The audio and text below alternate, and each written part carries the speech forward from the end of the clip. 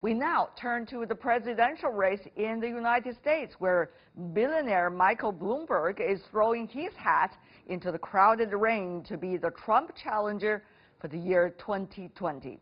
Will the 77-year-old media mogul be able to change the game? Before we ask our panelists, all from the U.S., let's take a look at this 11th richest man in the world. Today, I'm glad to announce that I am running for president to defeat Donald Trump. He might be late to the party, but as the 9th richest man in America, Michael Bloomberg's entry into the crowded Democrat field made headlines on Sunday. And Mr. Bloomberg puts his money where his mouth is when it comes to campaign spending. Dropping more than $37 million on a TV ad campaign, the largest in the 2020 campaign cycle so far. The owner of Bloomberg News is reportedly worth more than $50 billion, making Donald Trump look like a poor billionaire in comparison. There is nobody I'd rather run against than little Michael, that I can tell you. Taking a reversely similar path as Trump, Bloomberg was once a Republican, then independent, before switching back to being a Democrat. As the leading centrist candidate Joe Biden is perceived by some to be lacking momentum, Bloomberg hopes to be the alternative to Elizabeth Warren and Bernie Sanders, who are themselves millionaires but have made abolishing billionaires a cornerstone of their pitches. Bloomberg's 12 years as mayor of the Big Apple left behind a mixed legacy. Rebuilding the city post 9/11 won him praises, but controversies also abound, from trying to ban large sodas to extending a third term. Recently, the former mayor shocked many by admitting that his support for the infamous stop and frisk policy was a mistake. Beyond New York City, Bloomberg struggles for national recognition. The maverick billionaire does plan to skip early primary contests and instead focuses on the so-called Super Tuesday contests and beyond. Analysts say no one has ever won this way, but then none of them was as rich as Michael Bloomberg.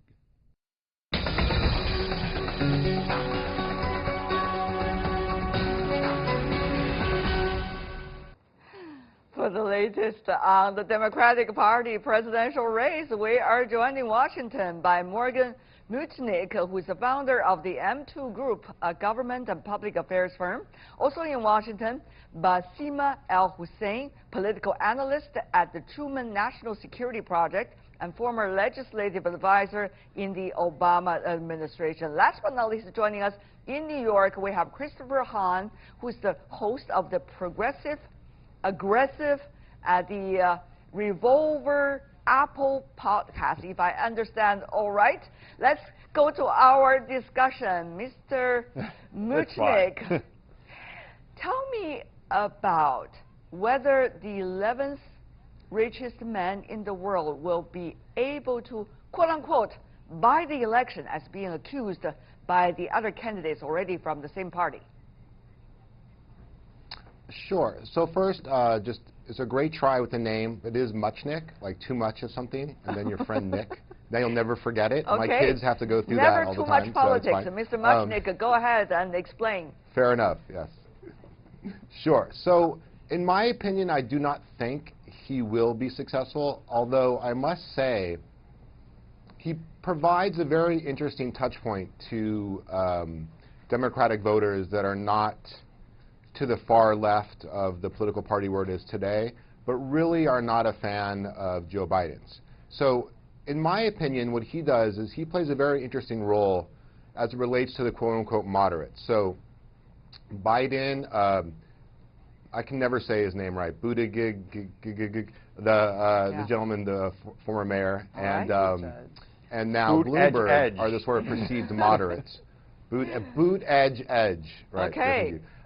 These folks will compete with each other for attention, and it's possible that maybe these three folks fighting with each other could then help folks on the more left of the party. So there's a chance that could play itself out. But you didn't answer my question. The question really is whether, quote-unquote, the 11th richest man in the world, that label is going to help him or drag him actually backward compared to the other candidates. Mr.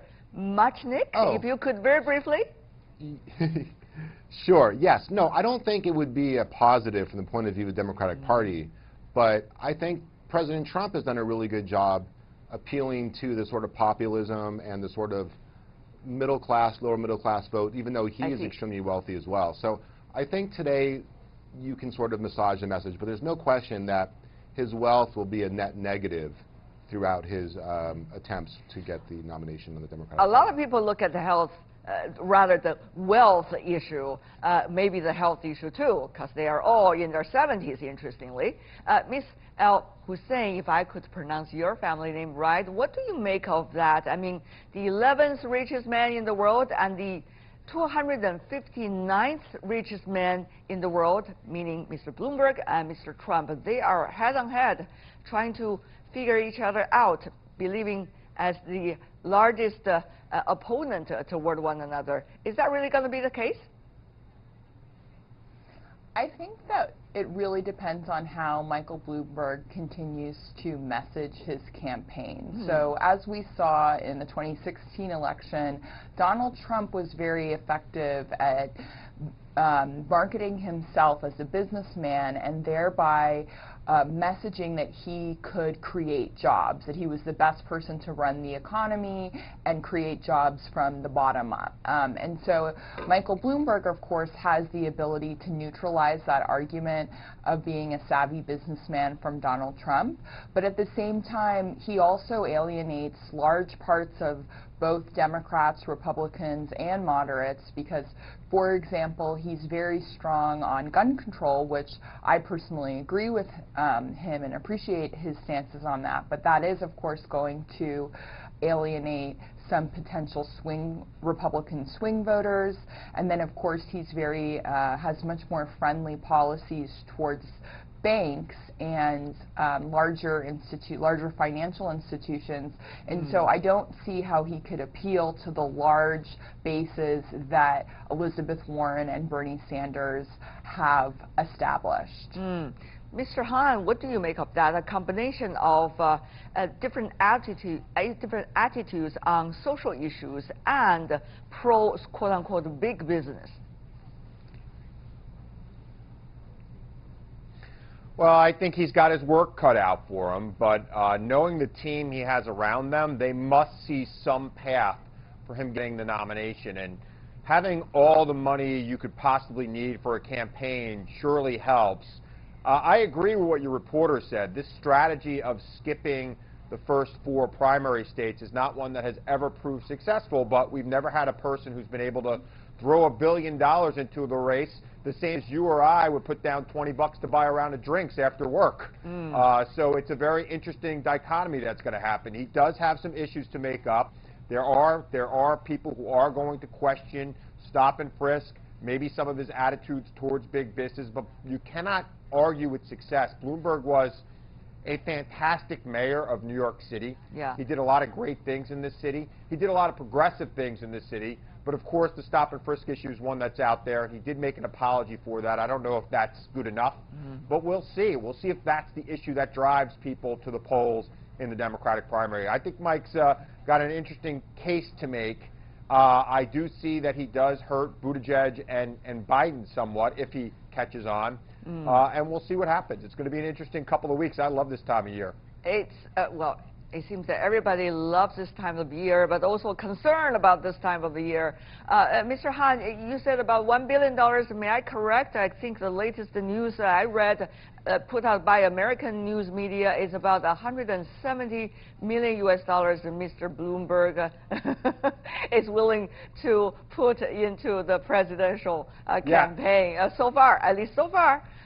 But you know, money is one issue, but what is important, Mr. Al Hussein, now, it's about whether a rich man will have the right image to be a political candidate for the Democratic Party, particularly right now, when you see other candidates, for example, those that are on the far left, almost talking about what the Republican Party accused of even communism in a way. So what do you think, and against capitalism at least, so how do you see this interesting combination of sharp contrasts?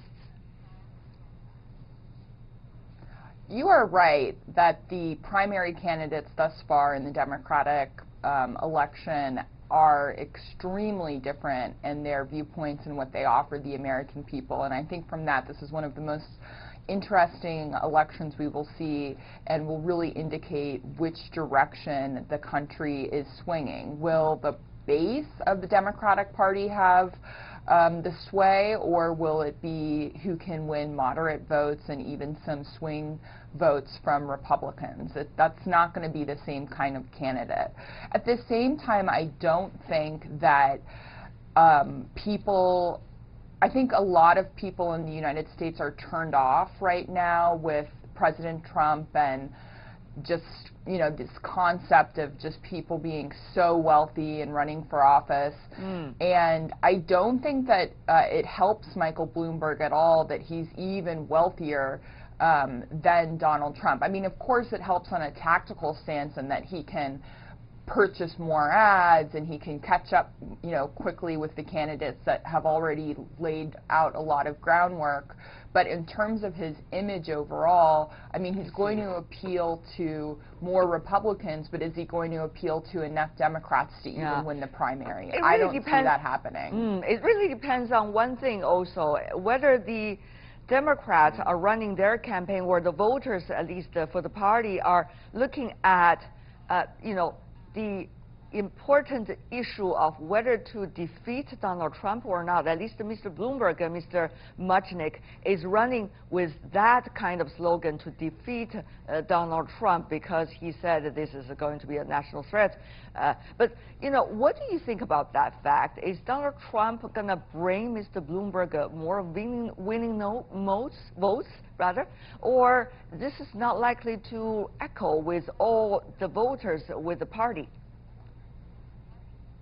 Yeah, I think it's a great question. So I had this discussion with a gentleman that actually was in the car ride service here, and we discussed this exact issue, whether this group of Democrats is the right group to challenge an extremely non-traditional president, and a president that has also engendered entire Republican movements against him, the sort of quote-unquote never-Trumpers, which are sort of based here in D.C. I think Democrats haven't, this is my personal opinion, I believe Democrats haven't done a very good job in arranging a group of candidates to do that, to capitalize upon some of that ill will, at least within his own party, against the sitting president. So I think the Democratic Party moved, in my opinion, far too left. And they're going to put up a candidate, probably, that's going to be pretty far to the left of the mainstream, of the United States electorate.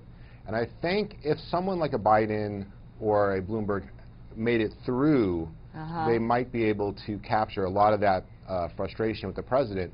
But the problem is, like one of your other guests did say, there's a large percentage of the electorate on the within the Democratic Party that is pretty far left to these, quote, centrist Democrats that are running. They're going to have a really hard time. I think a lot of those people, they certainly wouldn't vote for Trump, but they probably just wouldn't vote.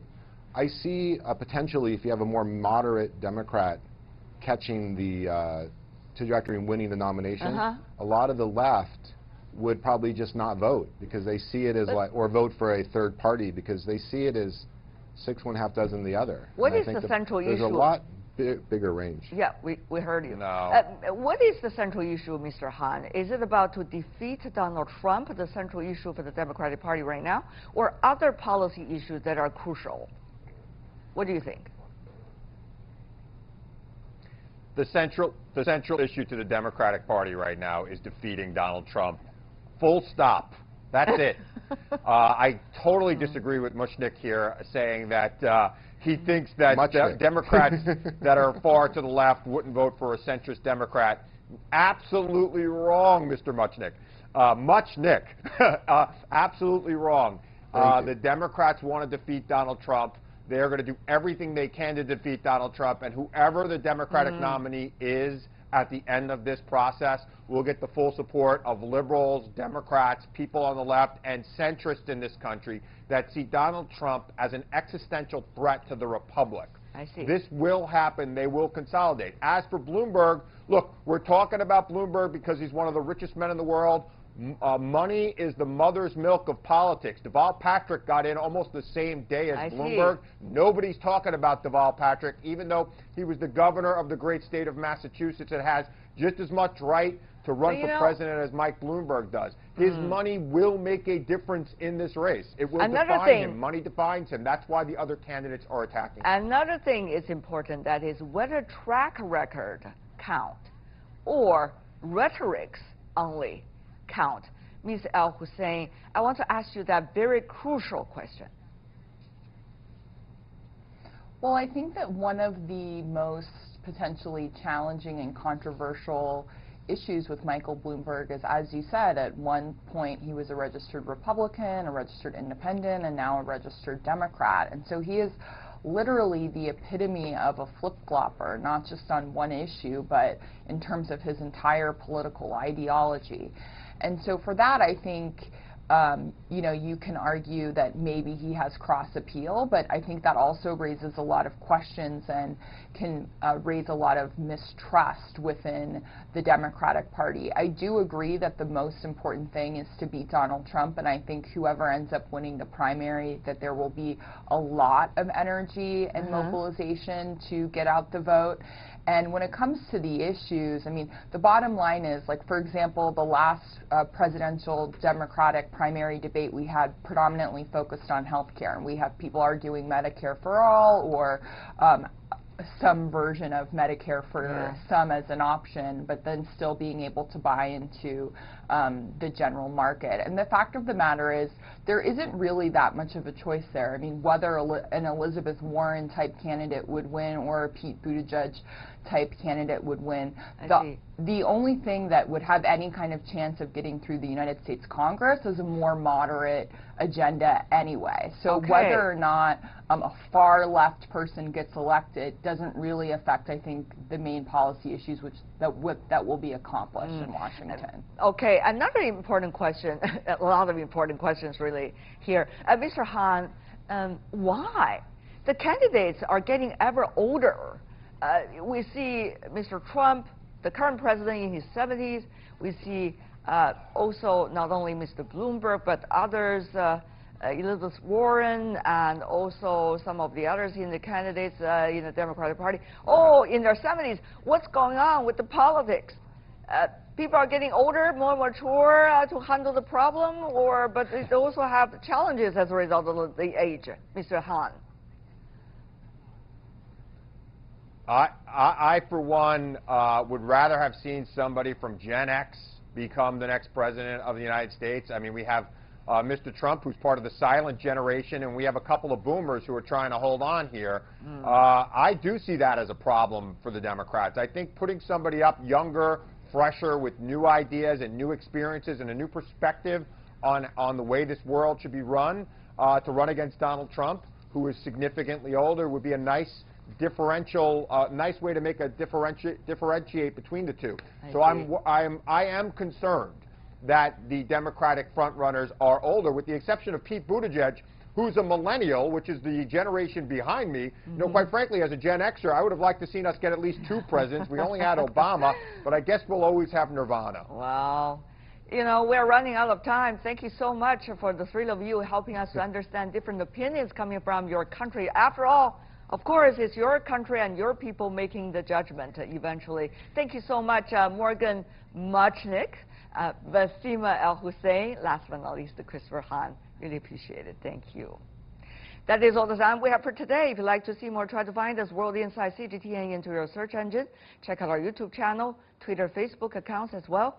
From me, Tian Wei, and everyone on the World Insight team, thanks for watching. Tune in again next time for more insights across China and around the world. Good night.